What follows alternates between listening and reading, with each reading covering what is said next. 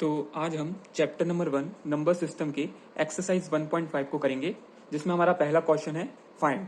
मतलब हमें फाइंड करना है। ठीक है, क्या फाइंड करना है? पहला क्वेश्चन हमें यहाँ पे दिया हुआ है 64 की पावर 1/2 है ना। यहाँ पे 64 की पावर 1/2 दी है, मतलब यहाँ पर जो पावर है एक रैशनल नंबर के फॉर्म में दी गई है। ऐसे तो आपने नॉर्मल किए होंगे, जैसे 2 की पावर अगर मैं 2 लिख दूं तो उसका आप जानते हैं 2 इंटू 2 क्या होता है 4, क्योंकि जो पावर है इस बार एक नेचुरल नंबर में है, लेकिन इस क्वेश्चन में जो पावर दी गई है एक रैशनल नंबर के फॉर्म में है। तो हमें ये फाइंड करना है कि अगर किसी नंबर की पावर रैशनल नंबर में है तो उसकी वैल्यू क्या निकल के आती है। ठीक है, तो ये हमें फाइंड करना है। तो आप देख सकते हैं कि तो सबसे पहला स्टेप आपको क्या करना पड़ेगा, 64 का हमें एलसीएम निकालना पड़ेगा इस फॉर्म में, है ना।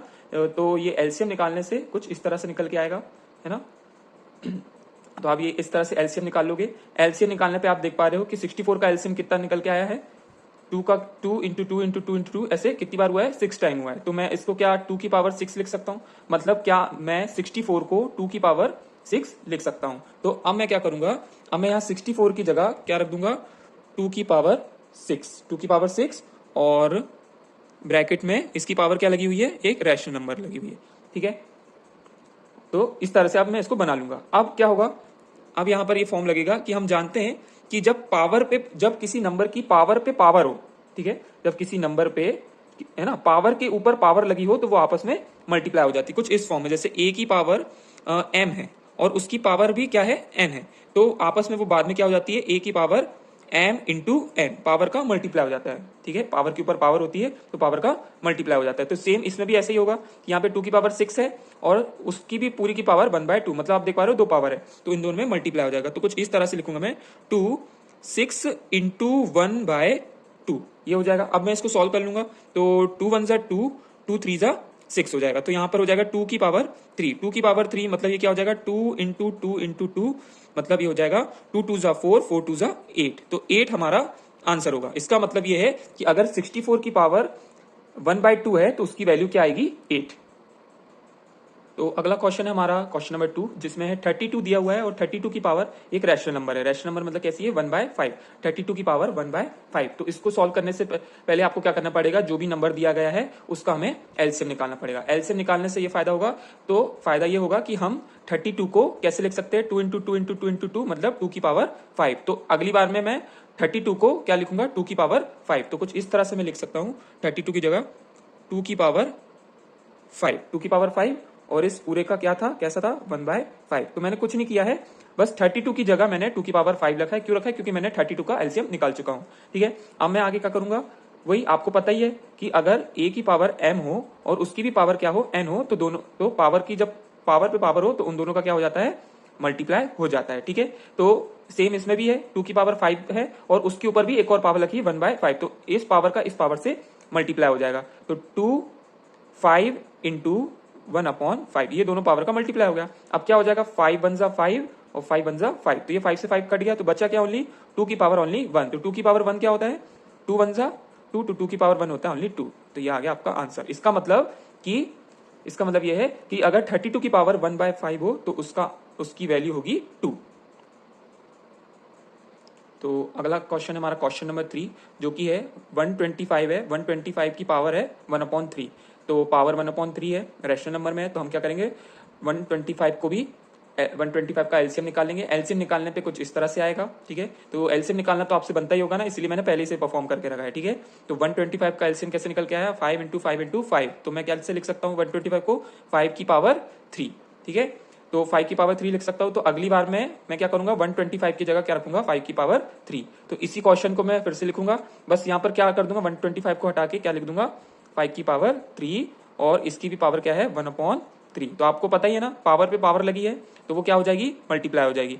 5 3 इंटू 1/3, तो 3 से 3 कट गया, तो यहां पर क्या बचा, ओनली 5 की पावर 1। तो 5 की पावर 1 क्या होता है, 5। तो ये आपका आ गया आंसर। इसका मतलब ये है कि अगर 125 की पावर 1/3 है, ठीक है, तो उसकी वैल्यू क्या आएगी, ओनली 5। अब हम लोग क्वेश्चन नंबर 2 पर आ चुके हैं। क्वेश्चन नंबर 2 में भी क्या करना है, ओनली फाइंड करना है। जैसे क्वेश्चन नंबर 1 किया ना, वैसे ही सेम क्वेश्चन नंबर 2 भी है, ठीक है। तो यहाँ पर आप देख सकते हो, यहाँ पर लिखा है 9 की पावर आप देख सकते हो 3/2, मतलब जो एक रैशनल नंबर के फॉर्म में है, ठीक है। कोई दिक्कत नहीं है। तो इसको भी हम जो भी नंबर दिया है उसका हम एलसीएम निकाल लेंगे। तो एलसीएम निकालने पे कुछ इस तरह से आएगा। 9 का क्या निकल के आया, 3 इंटू 3, मतलब कैसे लिख सकते हैं 9 को, 3 की पावर 2। तो अगली बार में हम 9 की जगह क्या रखेंगे, 3 की पावर 2 तो रख देते हैं हम। तो हम 9 की जगह क्या रख देते हैं, ओनली 3 की पावर 2, और उसकी भी पावर क्या लगी है, 3/2। तो आप जानते हो जब पावर के ऊपर पावर होती है तो उन दोनों का मल्टीप्लाई हो जाता है कुछ इस तरह से। ए की पावर अगर m हो और उसकी भी पावर क्या हो, n हो, तो क्या हो जाता है, a m इंटू n हो जाता है, ठीक है। तो वैसे ही सेम यहाँ पर भी इंटू हो जाएगा। तो इसको मैं लिख सकता हूँ 2 इंटू 3 की पावर 2। तो ये क्या हुआ, 2 से 2 कट गया, है ना। फिर यहाँ पर क्या बचा, 3 की पावर 3 मतलब 3 इंटू 3 इट मीन्स 3 3 जा 9, 9 3 जा 27। ये आपका आंसर आ गया। ये बहुत ज्यादा आसान है, ठीक है। तो आप देख सकते हैं अगर 9 की पावर 3/2 है तो उसकी वैल्यू क्या निकल के आएगी, 27। नेक्स्ट हमारा क्वेश्चन नंबर 2 जो कि है यहाँ पर 32 की पावर क्या दी है, 2/5। तो हम वैसे ही सेम वैसे करेंगे। 32 का हमने एलसीएम निकाला, तो 32 का एलसीएम क्या निकल के आया, 2 की पावर 5। तो हम क्या करेंगे, 32 की जगह क्या रखेंगे, 2 की पावर 5, और इसकी भी पावर क्या लगी हुई है, 2/5। तो पावर पे पावर है ना, तो हम क्या करेंगे, मल्टीप्लाई कर देंगे। पावर पे पावर होती है तो हम उसे मल्टीप्लाई कर देते हैं। तो इस तरह से हो जाएगा 5 इंटू 2/5। तो 5 से 5 कट जाएगा, 5 1 से 5, 5 1 से 5। तो यहाँ क्या बचेगा, 2 की पावर 2 की पावर 2 कितना होता है, 2 इंटू 2 इट मीन्स 4, है ना। मतलब ये आपका 4 आ गया आंसर। इसका मतलब ये है कि अगर 32 की पावर 2/5 है तो उसकी वैल्यू क्या होगी, 4 होगी। तो अगला हमारा क्वेश्चन नंबर 3 है जो है 16 की पावर 3/4। तो ऐसे ही सेम हमने 16 का भी एलसीएम निकाल लिया। तो 16 को हम कैसे लिख सकते हैं, 2 इंटू 2 इंटू 2 इंटू 2, मतलब 2 की पावर कितना, 4, 2 की पावर 4। तो अगली बार में हम 16 की जगह क्या रखेंगे, 2 की पावर 4। तो 2 की पावर 4 और इसकी भी पावर कितनी लिखी है, 3/4। ऐसे ही सेम हो जाएगा। तो ये हो जाएगा 2 की पावर 4 इंटू 3 की पावर 4, ऐसा हो जाएगा। 4 1 जा 4, 4 1 जा 4 हो जाएगा। और ये 2 की पावर 3 मतलब 2 इंटू 2 इंटू 2, मतलब ये क्या हो जाएगा, 8 आंसर। इसका ये क्या आ गया, आंसर। मतलब 16 की पावर अगर 3/4 हो तो उसका आंसर, इसका वैल्यू, उसकी वैल्यू क्या निकल के आएगी, 8, ठीक है। तो अगला है हमारा क्वेश्चन नंबर 4, जो सेकंड का लास्ट क्वेश्चन है। 4th क्वेश्चन है 125 की पावर -1/3, ठीक है। तो इसका हम करेंगे 125 का हमने निकाला एलसीएम, 5 इंटू 5 इंटू 5 आया, मतलब 5 की पावर 3 आया, ठीक है। तो अगली बार में हम 125 की जगह क्या रखेंगे, 5 की पावर 3, है ना, रखेंगे। तो 5 की पावर 3, इस पूरे की पावर क्या लिखेंगे, -1/3, ऐसा कुछ आएगा, ठीक है। अब इसको पता ही आपको, पावर पे पावर होती है तो वो मल्टीप्लाई हो जाती है। 5 की पावर 3 इंटू -1 की पावर 3, तो 3 1 जा 3, ये हो गया। तो बचा क्या, 5 की पावर -1, ठीक है, 5 की पावर -1। अब ये 5 की पावर -1 का मतलब क्या है, इसका मतलब ये है कि ये जो 5 है ना, ये जो 5 है न्यूमरेटर पे बैठा है। कहाँ पे बैठा है, ये न्यूमरेटर पे बैठा है। इसको अपनी वापस जगह पर बैठाना है। मतलब ये होना कहाँ पे चाहिए, डिनोमिनेटर में होना चाहिए। क्यों, क्योंकि यहाँ पर जो पावर है वो कैसी है, नेगेटिव में। तो जिसकी पावर अगर नेगेटिव में होती है, इसका मतलब वो कहाँ पे बैठा है, न्यूमरेटर पे बैठा है। तो हम इसको क्या करेंगे, डिनोमिनेटर पे भेज देंगे। तो ये कैसे हो जाएगा, 1/5। तो ये अपनी जगह पर आ चुका है और ये इसका आंसर आ चुका है, ठीक है। मतलब है ना, 125 की पावर -1/3 की वैल्यू क्या आएगी, 1/5। तो ये आप समझ गए कि पावर नेगेटिव हो, इसका मतलब वो न्यूमरेटर मतलब ऊपर बैठा है, उसको हमने नीचे बैठा दिया डिनोमिनेटर में, ठीक है। तो अगला क्वेश्चन है हमारा लास्ट क्वेश्चन नंबर 3, जिसको हमें क्या करना है, सिंप्लीफाई, मतलब उसको नॉर्मल करना है, सिंपल करना है हमें।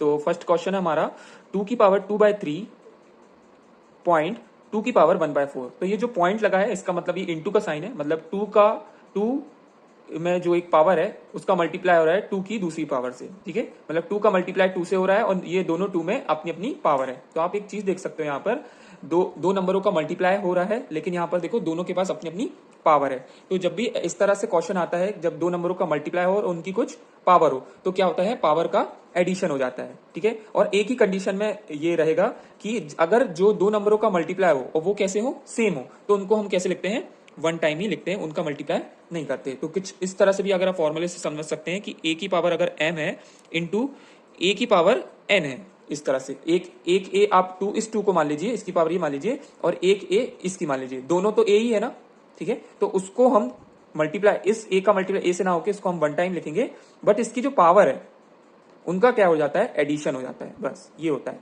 ठीक है, तो नंबर्स का तो मल्टीप्लाई नहीं होगा क्योंकि ये दोनों सेम है, लेकिन इनकी जो पावर है उनका एडिशन हो जाएगा।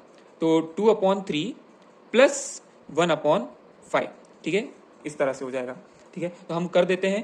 तो इसको करने का ये रहेगा कि 2, अब हम क्या करेंगे, इसका क्रॉस मल्टीप्लाई कर देंगे। चाहे आप एलसीएम एलसीएम लेके भी कर सकते हैं, मुझे क्रॉस पसंद है तो मैं क्रॉस कर दूंगा।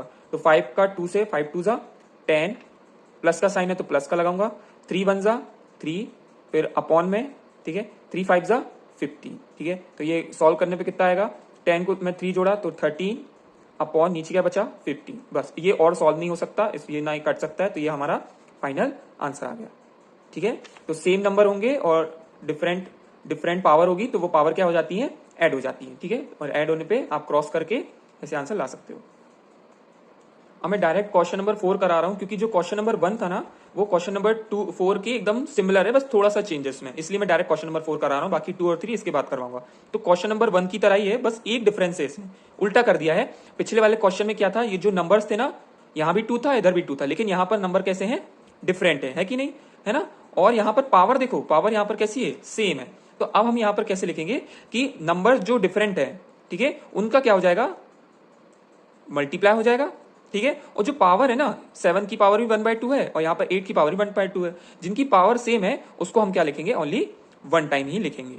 क्लियर। ठीक है, तो जो भी सेम होते हैं उसको 1 टाइम लिखते हैं। अगर ये नंबर सेम होते तो मैं इसको 1 टाइम लिखता, है ना, है ना, और पावर होती तो उनको मैं प्लस कर देता, लेकिन यहाँ पर पावर कैसी है, सेम है, तो उसको 1 टाइम लिखा और नंबर को, डिफरेंट नंबर को मल्टीप्लाई कर दिया, क्योंकि यहाँ पॉइंट लगा हुआ है। ठीक है, तो यहाँ पे मैं इसका मल्टीप्लाई कर दूंगा, 7 8 जा 56, तो 56 इसकी पावर कितनी हो जाएगी, 1/2। कुछ इस तरह से इसका आंसर आ जाएगा। तो ये आपका आ गया आंसर।